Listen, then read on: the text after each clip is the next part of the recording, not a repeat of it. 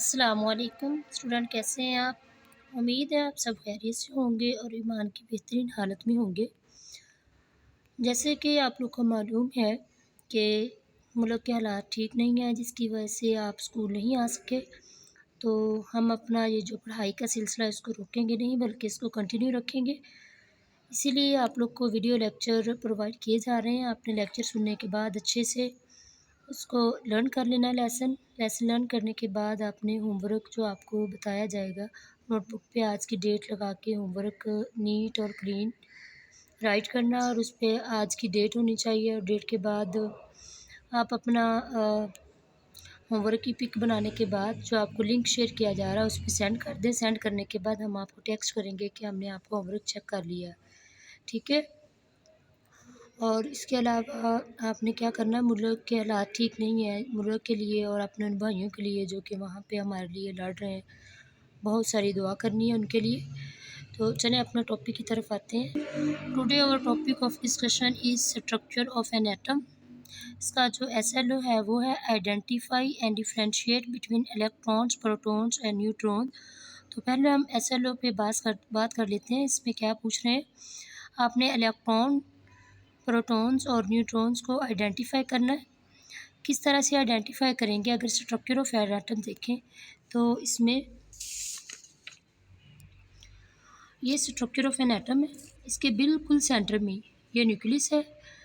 Nucleus में क्या चीज़ मौजूद होती है, प्रोटॉन्स एंड न्यूट्रॉन्स मौजूद होते हैं। ये न्यूक्लियस के अंदर न्यूट्रॉन्स मौजूद होते हैं एंड प्रोटॉन्स मौजूद होते हैं, ठीक है। प्रोटॉन पे पॉजिटिव चार्ज होता है, जबकि न्यूट्रॉन जो है ये न्यूट्रल होता है, इस पर कोई चार्ज नहीं होता। इसकी ये जो आउटर रीजन है इसमें इलेक्ट्रॉन मौजूद होते हैं, ठीक है। और इलेक्ट्रॉन जो है इन पे नेगेटिव चार्ज होता है। ये इसकी प्रॉपर्टीज़ भी हैं इलेक्ट्रॉन, प्रोटॉन और न्यूट्रॉन की, माइंड में रखिएगा। एसएलओ में भी यही पूछा गया है कि न्यूट्रॉन क्या है। न्यूट्रॉन न्यूट्रल होते हैं और ये एटम्स के न्यूक्लियस के अंदर मौजूद होते हैं। प्रोटॉन जो है इस पे पॉजिटिव चार्ज होता है और ये भी न्यूक्लियस के अंदर मौजूद होता है, जबकि एटम्स के जो आउटर रीजन होता है यहाँ पे इलेक्ट्रॉन मौजूद होते हैं और इलेक्ट्रॉन पे नेगेटिव चार्ज होता है। स्टूडेंट, ये इम्पोर्टेंट लॉन्ग क्वेश्चन है, स्ट्रक्चर ऑफ एन एटम्स। तो ये रदरफोर्ड ने हमें बताया था कि ये एटम्स जो है हार्ड बॉल नहीं है, बल्कि इसके दो रीजन होते हैं। एक इसका इनर रीजन होता है जिसमें न्यूक्लियस प्रेजेंट होता है, और एक इसका आउटर रीजन होता है। तो इसके अलावा उन्होंने ये बताया कि एटम्स जो है इसका अगर स्ट्रक्चर देखें तो ये सब एटॉमिक पार्टिकल से मिलकर बना होता है। सब एटॉमिक पार्टिकल्स कौन कौन से हैं, इलेक्ट्रॉन है, प्रोटॉन और न्यूट्रॉन है। इलेक्ट्रॉन जैसे कि हमने अभी एसएलओ में डिस्कस किया है कि इसके आउटर रीजन में प्रेजेंट होते हैं। जी, ये जो आउटर रीजन है इनको हम लोग क्या कहते हैं, शेल या फिर ऑर्बिट कहते हैं, ठीक है। और इस पे नेगेटिव चार्ज होता है। इलेक्ट्रॉन्स पे कौन सा चार्ज होता है, नेगेटिव चार्ज है, इसकी प्रॉपर्टी में आता है। नेक्स्ट है प्रोटॉन। प्रोटॉन जो है न्यूक्लियस में मौजूद होते हैं, इस पर पॉजिटिव चार्ज होता है, और अगर इसका मैस देखें तो 1800 टाइम ग्रेटर होता है then the mass of an electron. Electron जो है ये लाइटर पार्टिकल्स हैं, प्रोटॉन और न्यूट्रॉन जो है ये हैवी पार्टिकल्स हैं। इनका मैस जो है 1800 टाइम ग्रेटर होता है अगर इसका मैस जो है इलेक्ट्रॉन से कंपेयर करें तो। नेक्स्ट है न्यूट्रॉन। जैसे कि हमने एसएलओ में डिस्कस किया है, न्यूट्रॉन पे कोई चार्ज नहीं होता और ये न्यूक्लियस के अंदर मौजूद होते हैं, ये न्यूट्रल होते हैं। तो इसका मैस जो है प्रोटॉन के इक्वल होता है। प्रोटॉन और न्यूट्रॉन का मैस एक जितना होता है, जबकि इलेक्ट्रॉन जो है ये लाइटर पार्टिकल्स हैं, इनका मैस कम होता है। यहाँ तक रीडिंग थी, आप लोगों ने लर्न करनी है रीडिंग। इसके साथ होमवर्क और बाकी चीज़ें देखते हैं। एसएलओ में हमने देख लिया इलेक्ट्रॉन, प्रोटॉन और न्यूट्रॉन, जिसके बाद इनकी प्रॉपर्टीज़ भी हमने डिस्कस कर ली हैं।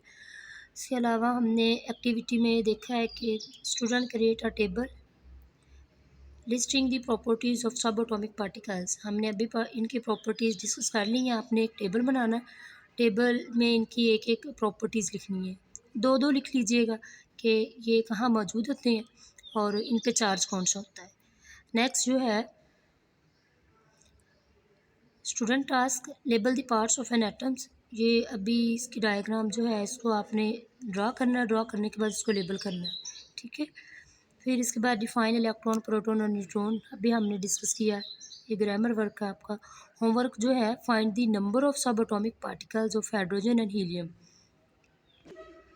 जैसे कि स्टूडेंट्स आपको मालूम है, हाइड्रोजन का एटॉमिक नंबर 1 होता है, तो इसमें एक ही प्रोटॉन होगा और एक ही इसमें इलेक्ट्रॉन होगा, ठीक है। इसी तरह से हीलियम का अगर देखें तो हीलियम में 2 प्रोटॉन होते हैं और 2 ही इसके इलेक्ट्रॉन होते हैं।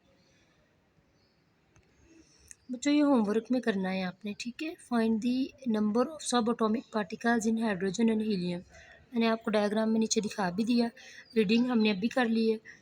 नेक्स्ट जो है डिफ़िकल्ट वर्ड इसके electrons, protons, neutrons and charge, सही है। और नेक्स्ट जो है क्लास वर्क भी हमने कर लिया है। नेक्स्ट है, यहाँ तक आज का लेसन था आपका। आपने अच्छे से लर्न करने के बाद इसको लिख लेना है और होमवर्क जो है इसकी पिक बना के सेंड करनी है। फ़ी अमान अल्लाह।